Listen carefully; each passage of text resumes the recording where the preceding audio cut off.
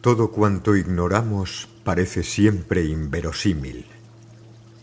No obstante, las inverosimilitudes de hoy serán verdades elementales del mañana. A medida que las ciencias van haciendo nuevos descubrimientos que son nuevos aspectos de la verdad una, la humanidad avanza en su progreso más rápido en los últimos tiempos en que las fuerzas retrógradas han perdido su predominio. Ya no se excomulga a los investigadores como le aconteció en el pasado a Benjamin Franklin, por citar uno, por el hecho de haber descubierto el pararrayos, y muchísimos otros, ya que, según los teólogos de entonces, desafiaban la ira de Dios. Los tiempos son llegados para el conocimiento de nuevos conceptos de la verdad. Vivimos una nueva era de progreso en las ideas. Ya ciertos sectores de nuestra humanidad ansían ver más allá de la cortina que impide el acceso a los llamados misterios de la vida. Siendo Dios la máxima sabiduría y amor, es lógico pensar que sus leyes son para el progreso y la felicidad de todas sus criaturas, y por ende no para vedar el conocimiento de esas leyes tan necesario a fin de actuar acorde con ellas y no transgredirlas. Somos los humanos que en nuestro afán monopolizante de dominio pretendemos poner vallas, entre las cuales se ha establecido en el pasado la valla de los misterios. Pero estos van cayendo uno a uno a medida que la ciencia en su investigación avanza en el descubrimiento de las leyes que rigen los múltiples aspectos y fenómenos de la vida. Ya lo dijo el sublime Nazareno: porque nada hay oculto que no haya de ser descubierto, ni escondido que no haya de ser conocido y publicado. Y la investigación no está circunscrita a la ciencia de la física, de la química y otros campos de la ciencia oficial solamente, sino que se extiende a los diversos campos del conocimiento humano. Así, existen ya múltiples núcleos de investigación en una ciencia nueva y en los diversos países, la ciencia del espíritu, porque ha llegado la hora de ser conocidas y publicadas las verdades acerca de la vida espiritual. Hecho este preámbulo, vamos a exponer brevemente el proceso reencarnatorio. Aunque tenemos el conocimiento de que las mentalidades dogmáticas y las que todavía creen en los misterios y los milagros se opondrán y algunos hasta llegarán a tildar de lo que sea, no importa. Lo que importa es dar el conocimiento, pues algunos sabrán aprovecharlo y los otros ya lo conocerán y comprenderán cuando les llegue su hora, cuando les haya caído la venda de los ojos de su mente. Todos aquellos que han prestado conceptos nuevos o ideas renovadoras han encontrado la incomprensión de los rutinarios y la oposición de los convencionalistas. En el curso de la lectura de esta obra, algún lector habrá pensado: ¿y cómo se efectúa esa nueva encarnación? Esa pregunta fue hecha al Mesías por Nicodemo de Nicópolis, doctor de la ley y miembro del Sanedrín, a lo que Jesús le contestó: ¿eres maestro en Israel y no sabes esto? Pues en verdad te digo que quien no naciere de nuevo no puede ver el reino de Dios. El proceso de reencarnación, al igual que el proceso de desencarnación o abandono del cuerpo físico por el espíritu, no es igual en todos los casos, variando mucho según sea el grado de evolución del espíritu encarnante. A fin de que sea fácilmente comprensible, hagamos una síntesis de tan solo 4 de los diversos aspectos. 1. Espíritus primarios. 2. Espíritus secundarios. 3. Espíritus libres. 4. Espíritus superiores. Espíritus primarios. Dada la necesidad evolutiva de los espíritus primarios, su vida en el plano extrafísico es generalmente corta. En estos seres el proceso de reencarnación es casi imperceptible. Como deambulan por los mismos ambientes en los que han vivido, Cuando llega la hora de su reencarnación, comienzan a percibir una turbación y se sienten llevados, impulsados por una fuerza irresistible que desconocen hacia donde van a encarnar, y casi siempre sin conciencia de ello, entrando en simbiosis magnética con la persona que va a ser su madre. La turbación aumenta, sus facultades se velan unas tras otras y su memoria se desvanece como consecuencia de la contracción de sus vibraciones para adaptarlas a las de la materia o cuerpo físico, efectuándose también la reducción del psicosoma o cuerpo astral para adaptarlo al vaso uterino. En esta sublime operación magnética de reducción intervienen en el plano extrafísico especialistas, espíritus bienhechores encargados de esas misiones, trabajadores en la obra divina de progreso de la humanidad, incluyendo al que será el protector invisible que ya desde el seno materno defenderá al reencarnante contra el asedio de las fuerzas del mal durante su infancia. Es el ángel guardián del que hablan las iglesias del cristianismo. Las facultades se adormecen y todo el recuerdo del pasado va desvaneciéndose de la mente consciente hasta su totalidad, quedando en el fondo del subconsciente y cuyas facultades irán despertando en la nueva personalidad a medida de su desarrollo. Efectuada la reducción del psicosoma o alma, ésta penetra en el útero de la que va a ser su madre, y una vez efectuada la concepción biológica, comienza la unión celular por atracción del psicosoma reducido que actúa como molde o modelo organizador biológico para la formación del feto hasta su completo desarrollo. Este molde es al que se refiere el científico brasileño ingeniero Hernani Guimaraes Andrade, director del Instituto Brasileiro de Investigaciones Psicobiofísicas, en su obra La teoría corpuscular del espíritu, como el modelo dínamo espiritual. Y una vez afianzada la concepción, comienza el desarrollo embrionario. En sus primeras fases no difiere de cualquier otro animal. Quien pueda observar de cerca el proceso embriogénico comprobará las señales de la era acuática de nuestra evolución, del proceso evolutivo de las formas, después de la forma microscópica de la célula fecundada. Y según se desarrolla fetalmente, va tomando la forma del molde referido. La diferencia de la forma que se opera en el desarrollo del feto a medida de su crecimiento es el valor evolutivo contenido en ese molde periespiritual o psicosoma. El conjunto del aspecto morfológico y anatómico se desenvolverá de acuerdo a la ley de herencia, ley biológica, dependiendo de la preponderancia genética de los progenitores.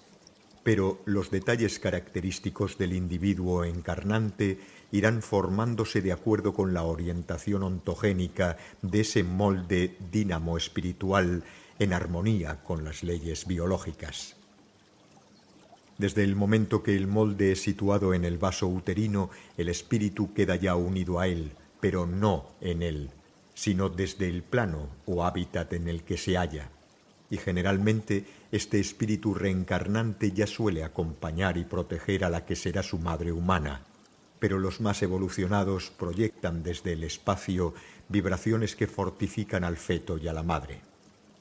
La incorporación del espíritu al cuerpo carnal o feto es al final de la vida uterina, aun cuando el feto al nacer trae vida vegetativa, biológica, no dará señales aparentes de vida activa hasta tanto el espíritu tome posesión de ese cuerpecito.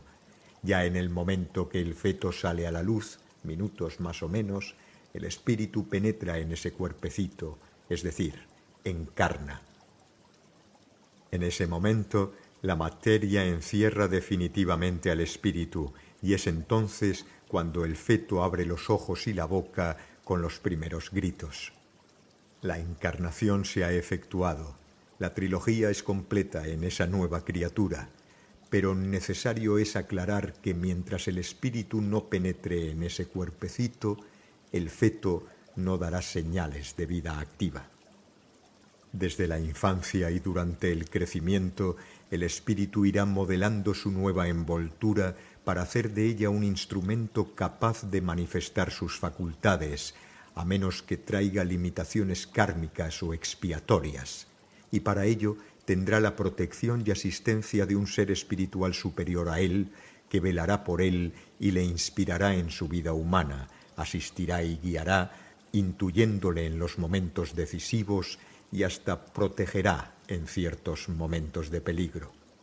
Y esos guías espirituales no son ángeles de leyenda, sino seres como nosotros, espirituales, sin cuerpo carnal, que vibrando en amor trabajan en la obra divina de progreso de la humanidad, y en muchas de las veces es un amigo del reencarnante unido por lazos de amistad o algún familiar desde tiempos remotos.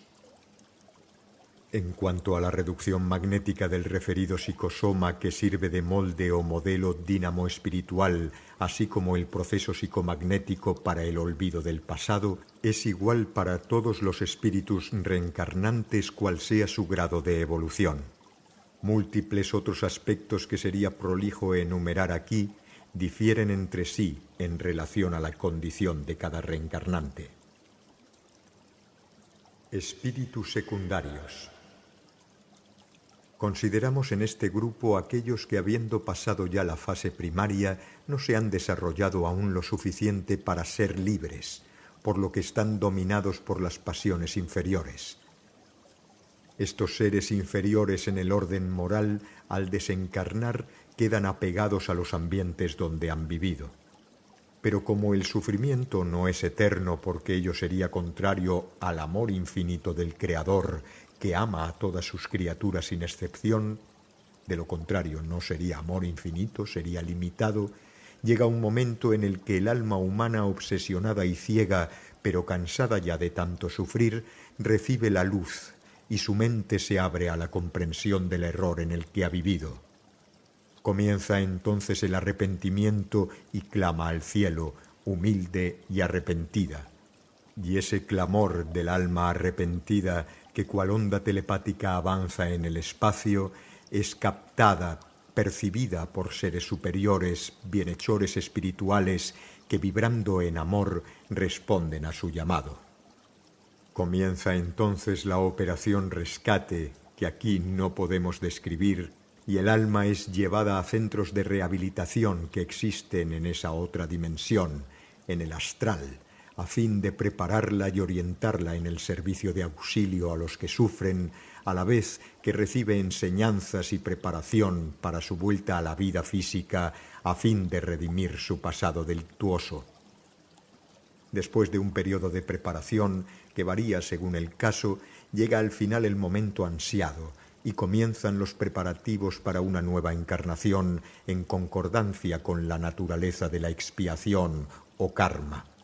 Y aquí actúan espíritus superiores con gran poder magnético, conocidos también como maestros kármicos, cuya misión es condicionar el molde fluídico del reencarnante en concordancia con su karma o expiación.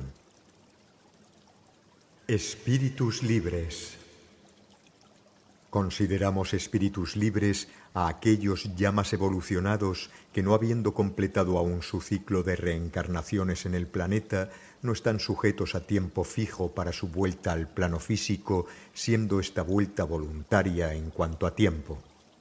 Podemos incluir en este grupo esa legión de seres que, ya vibrando en amor fraterno, continúan en el plano extrafísico, cooperando en algunas de las múltiples tareas de socorro, estudio, ayuda y progreso que se realizan en los planos invisibles del espacio. Porque necesario es conocer que en el espacio hay una actividad realizadora y no ese paraíso de beatitud contemplativa y ociosa que es tal vez la mayor ilusión de los principios teológicos que oscurecen el sentido divino de la verdadera religión, ya que es contrario a la ley universal de progreso, que es acción. Después de un tiempo que varía mucho en cada caso, estos seres sienten que una fuerza inexplicable presiona su mente hacia una nueva encarnación en el plano físico, Esta fuerza es una manifestación de la ley de evolución que presiona al espíritu hacia su progreso, a ascender hacia la meta, creando una especie de inconformidad que le hace sentir cada vez más intensamente el deseo de volver a la tierra, ya con una mayor capacitación, a continuar la obra dejada al morir, o comenzar una obra nueva, o a redimir viejas deudas pendientes todavía por errores en el pasado remoto, dejando esos ambientes maravillosos que por ley le corresponde disfrutar. Entonces es cuando planifica en el espacio su programa a realizar y baja a la tierra para escoger el lugar, el ambiente, a los futuros padres, etc. A veces estos últimos ya están esperándole por compromisos hechos en el espacio que como humanos no recuerdan. Pues cuando ya se llega a cierto grado evolutivo, el ser encarnante puede hacer esta selección y por ende es más responsable de los resultados. Y para estos es indispensable una afinidad de sintonía psíquica de caracteres y tendencias, es decir, de almas afines. De aquí las semejanzas, ya que los semejantes se atraen y generalmente siguen unidos a través de múltiples existencias en las edades. Espíritus superiores. Consideramos en este grupo a seres de gran elevación que, sin estar ya obligados a encarnar en mundos moralmente atrasados como el nuestro, lo hacen por amor a la humanidad, para trabajar en su progreso, escogiendo con preferencia una existencia laboriosa, una vida de lucha y abnegación. Saben que gracias a ella su propio progreso será más rápido y confían también en la asistencia y ayuda que sus compañeros espirituales les darán desde el espacio. En estos casos planifican con gran antelación su misión a realizar y generalmente son escogidos los futuros padres ya en el mismo plano espiritual, dentro de su mismo grupo de afines que encarnan primero especialmente para recibirles como humanos y facilitarles el cumplimiento de su misión. Para estos seres la encarnación es como la muerte, aunque para renacer un tiempo después, despertando gradualmente en un cuerpo joven. Y su proceso encarnatorio varía mucho de los anteriores. De esa vida de libertad y armonía en los claros espacios del universo, donde esos seres superiores se trasladan de uno a otro mundo con la fuerza motora de la mente, por estar ya libres de la atracción magnética del planeta, de los mundos físicos, bajan a la prisión oscura del cuerpo carnal, penetran en el calabozo de la carne, donde tendrán que estar expuestos a privaciones 1000, siendo la primera la falta de la luz y conciencia de su pasado y objeto de su existencia carnal. Luego, las luchas constantes con las tentaciones, acechanzas y a veces burlas de los necios y persecuciones de los convencionalismos, con el control continuo de su conciencia desprovista de la memoria de las vidas pasadas. Mientras que para el alma que ha sido perversa, criminal, la reencarnación es un refugio, un alivio a su sufrimiento, una oportunidad para redimir sus deudas, para el espíritu elevado que no tiene deudas pendientes, pero que viene en misión superior de amor, la encarnación es un sacrificio, y los días y horas antes de la encarnación son de angustia mayor que la de la muerte física.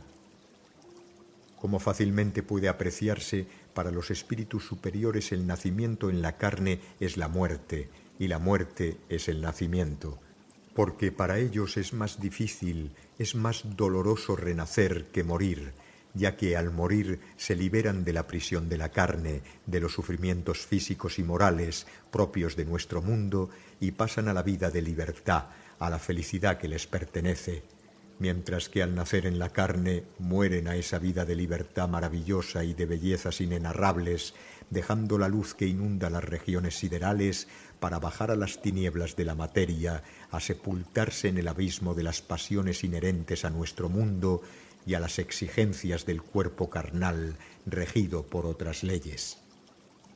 En cambio, para los seres inferiores que están en sufrimiento, la vuelta hacia la vida física es un refugio, una bendición, es una oportunidad más que le brinda la misericordia infinita del Creador.